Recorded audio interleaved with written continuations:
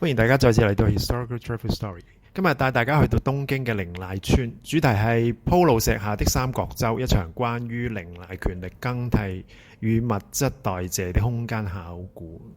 多數旅行嘅人士將綾瀨會睇作為千代田線嘅終點，但係喺城市考古觀察者嘅眼中，呢一片低窪地帶實質就係東京極為關鍵嘅功能性腎臟。從江戶去到明治嘅劇變之中，綾瀨承載咗都市核心唔能夠自化嘅殘餘。無論係政治動盪時期嘅敗軍疾服、治水理性下嘅社群流散，或者係支撐帝都運作嘅物質代謝，呢一度嘅街道佈局並唔係隨機生長，而係歷史羊皮紙上重疊痕跡。理解綾瀨，即係理解在城市點樣透過邊陲嘅支撐系統喺變革嘅陣痛之中完成自我重塑。呢個唔單單係一次步行，更加係一場穿透地表、識別城鄉代謝規律嘅深度閱讀。呢一場考古之旅，我哋從1868年嗰場動盪嘅權力真空開始講起。第一個故事，五兵衛新田與新選組的最後疾服345。1868年3月，江戶正處於政權更替嘅臨界點，戰敗嘅新選組甲陽田虎隊殘暴喺近藤勇同埋田方歲三嘅率領之下，撤往行政管轄相對於寬鬆嘅五兵衛新田。喺呢一片遠離丁奉行視線嘅劃限空間，兩位風雲人物分別化名係大久保大和同埋內藤準人，佢哋揾最後嘅重整契機。對於年僅22歲嘅明主代理金子健十郎嚟講，呢19日係一場突如其來嘅物流噩夢。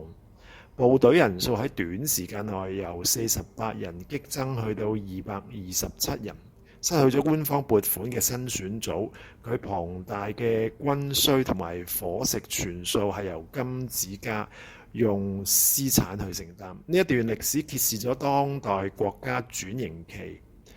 基層社群喺維持地方治安同埋應對強權索餉嘅時候所付出嘅高昂社會代價。慶長4年3月13夜，殘暴進駐，近藤勇贈予金2000頂燙斗袋作為回報。節錄自金子家文書。有心嘅觀察者應該前往金子家住宅，雖然建築物內斂，但佢嘅環繞住高牆同埋古木仍然保留住江戶豪農屋夫嘅防禦規格。附近嘅觀音寺曾經安置咗62位隊士，寺內靜默嘅氣氛同當年戰雲密布嘅壓迫感喺地景上形成咗跨時空嘅強烈對比。第二個故事，被人工巨流橫割的遺產離五郎新田的消失。1910年嘅特大洪水令到明治政府決定推動芳村放水路工程。呢一場以治水理性主義為名嘅變革，卻係對地方場所精神嘅一次暴力重塑。呢一條闊達到500公尺嘅人工河道，以精確嘅直線直接橫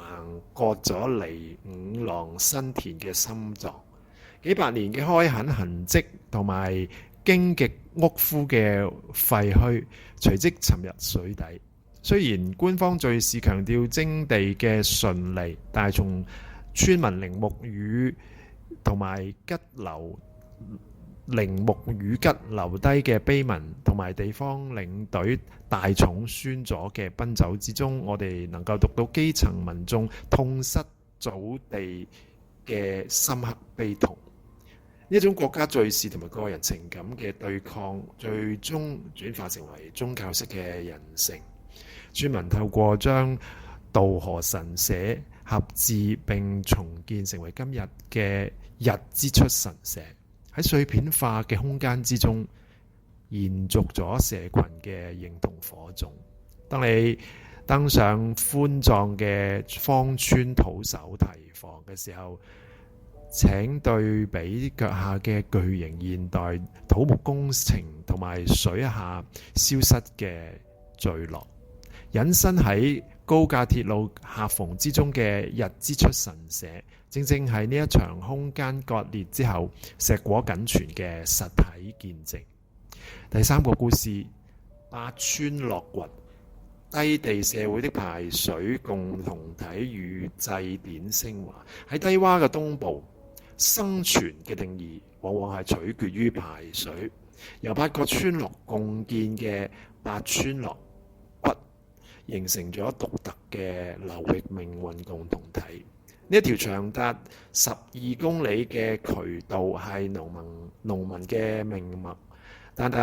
卻係引發咗上下游村落之間關於疏浚責任嘅激烈紛爭。一種生理性嘅生存張力，將普門寺嘅喧嘩獅子祭典之中獲得咗儀式性嘅升華。透過神明面前嘅激烈衝撞，村民將日常嘅水利衝突轉化成為心理出口。呢一種跨村落嘅協作機制，係理解前現代低地社會運作嘅關鍵。我哋漫步喺八村落親水綠道，敏銳嘅步伐會帶領你去發現舊河道嘅迂迴走勢。請你留意嗰一啲被稱為木貓嘅船矛雕塑同埋定伏月橋，佢哋都係呢條生命排水線之中不可或缺嘅水利標記。第四個故事，城市廢物的黃金航道，靈賴村的城鄉代謝。江戶時代嘅靈賴村唔單單係通往帝都嘅物流線，更加係維持城鄉代謝嘅有機營養閉環大動脈。同西方城市將廢棄物排入河流嘅做法迂回異。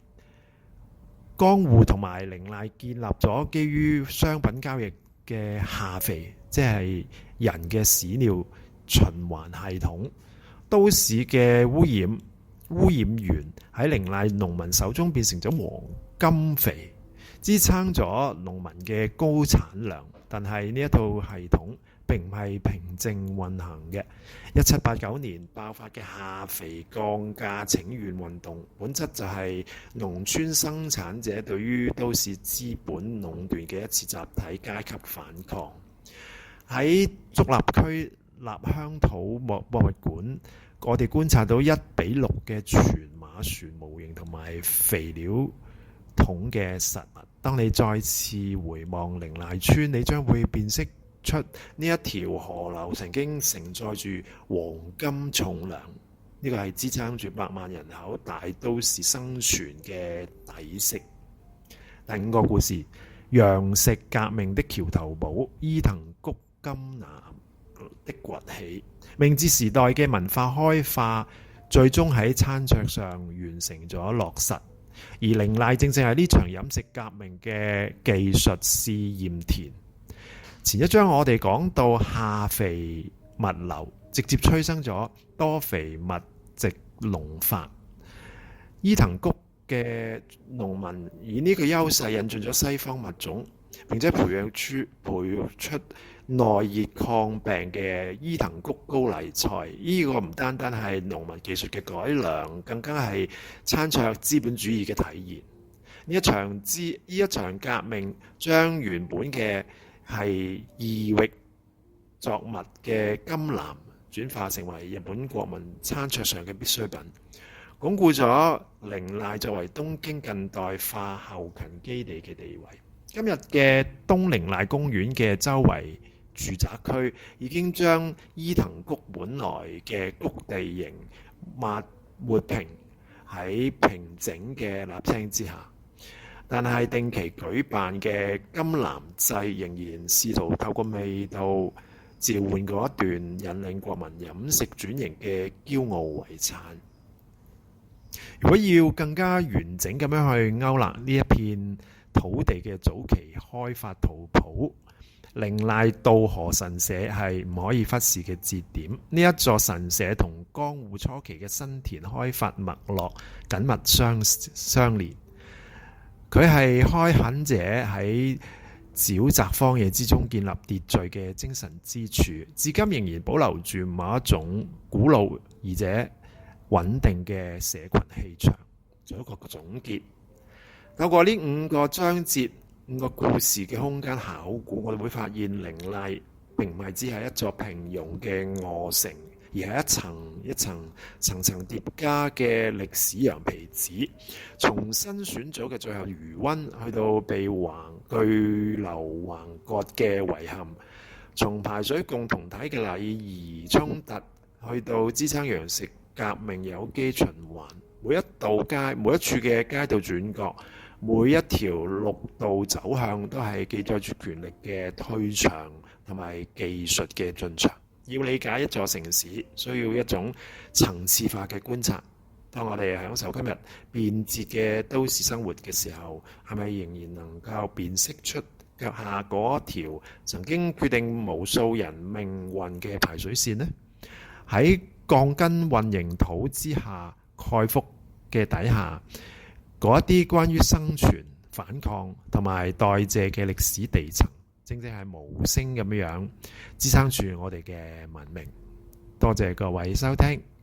請大家訂閱 Historical Travel Story。拜拜。